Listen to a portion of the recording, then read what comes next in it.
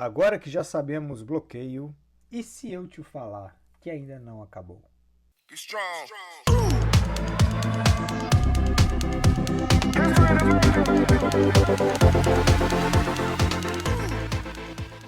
Pessoal, a aula de hoje vamos falar sobre M-bloqueios. Além dos bloqueios completos, conforme a gente viu no vídeo anterior, né, tanto do ramo esquerdo como do ramo direito, nós temos aí uma subclasse, podemos dizer assim, dos bloqueios, que são os M-bloqueios, né? Então, se você lembra lá da constituição fisiológica e anatômica do coração, você lembra que o feixe de His ele se divide nos dois ramos, né?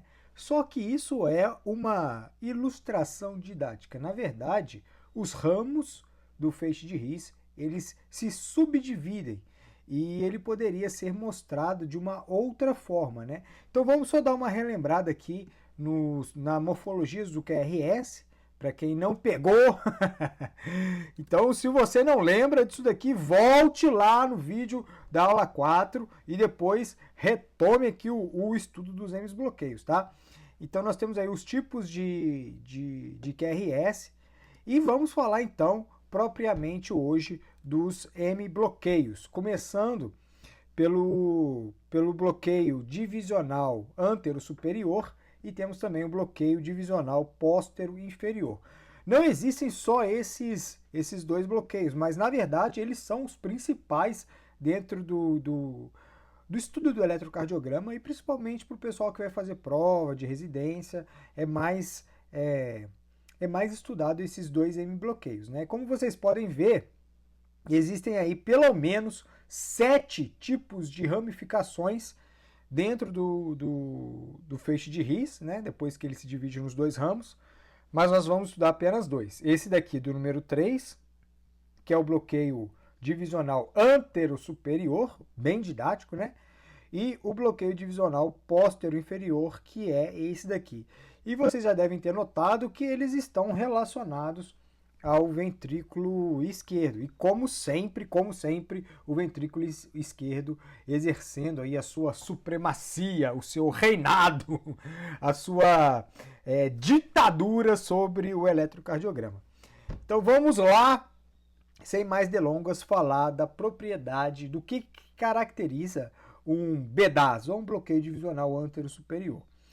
E passando já para a característica, precisa ter o eixo desviado para a esquerda, se você lembra lá da regra do Emotion, o D1 e D2 se estranhando. Precisa ter também um QRS menor que 120 milissegundos. Existem outras características, mas essa da regra do emoji, de ter um desvio para a esquerda, que é muito fácil de você perceber dentro do eletro. Então, bateu o olho, viu um desvio para a esquerda, já sabe que ali tem um bloqueio divisional antero-superior, tá? Pessoal, mais uma vez, eu queria lembrar vocês que o objetivo desses vídeos não é tratar aqui de fisiopatologia ou de condutas médicas. Então, se você quiser dar essa aprofundada, eu sugiro você ir lá ver por que acontece esses bloqueios, se eles são benignos, se eles são malignos, quais são as condutas. Isso daí é tema extenso, debatido dentro do mundo da eletrofisiologia e principalmente da cardiologia. Se vocês quiserem esse tipo de vídeo, comenta aí que eu posso fazer um esforço intelectual e trazer para vocês, tá? Mas voltando à nossa aula, viu desvio para a esquerda, já é bloqueio divisional antero-superior, tá bom? Já é o BDAS. Existem umas outras características, igual eu coloquei aqui para vocês em verdinho, que é a morfologia, se vocês não lembram lá das morfologias que eu falei, que era para estar na ponta da língua, que é muito também fácil de decorar. Ela vai ter uma morfologia de Qzinho, Rzão e D1 e AVL, e Rzinho, Szão em D2, D3 e AVF, né, que são o eixo que vê a parede inferior, tá? Então, aqui mostrando para vocês, ó, D1, D2 já caracteriza o desvio para a esquerda, já sabe, bloqueio divisional antero-superior.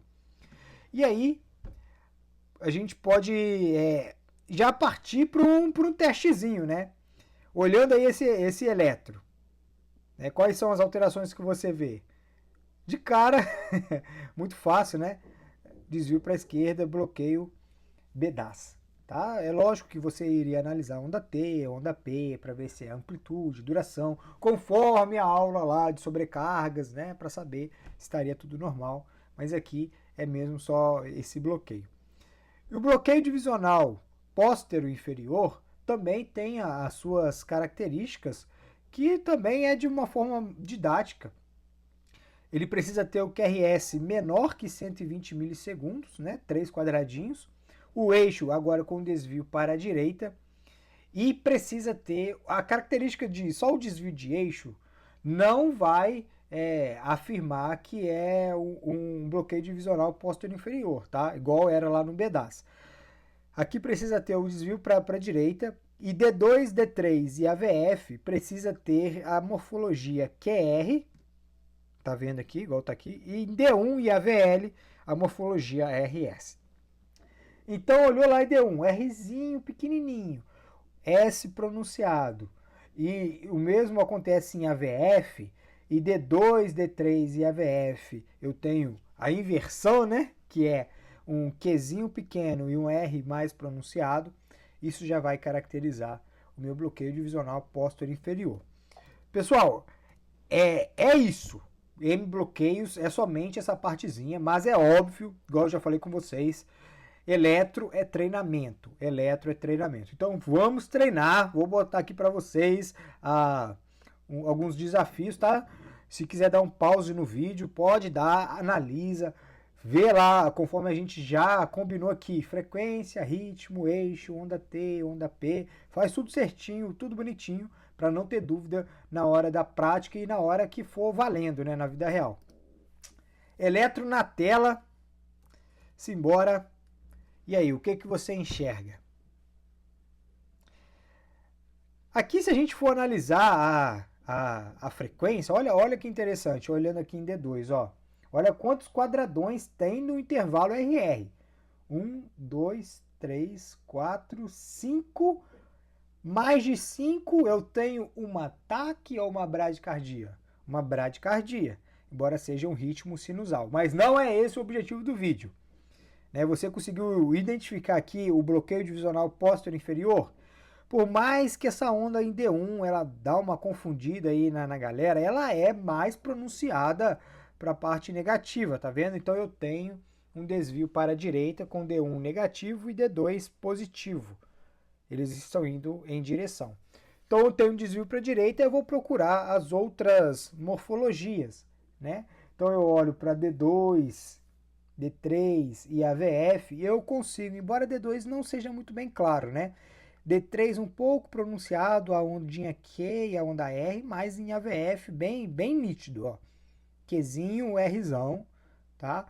E eu vejo a outra morfologia, que é D1 e AVL, Rzinho,